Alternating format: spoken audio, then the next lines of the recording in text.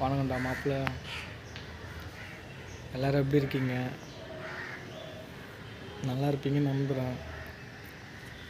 என்னன்னு தெரில, கொஞ்ச நாளாக மனசு ரொம்ப கஷ்டமாக இருக்குது. நான் மாட்டுன்னு சிவனேன்னு இருக்கேன், சிவனேன்னு போகிறேன், சிவனேன்னு வரேன். யாருக்கும் எந்த ஒரு கெடுதலும் பண்ணலை, யாரையும் கெடுக்கலை. முடிஞ்ச வரையும் எல்லோரும் நல்லா இருக்கணும்னு தான் நினைக்கிறேன்.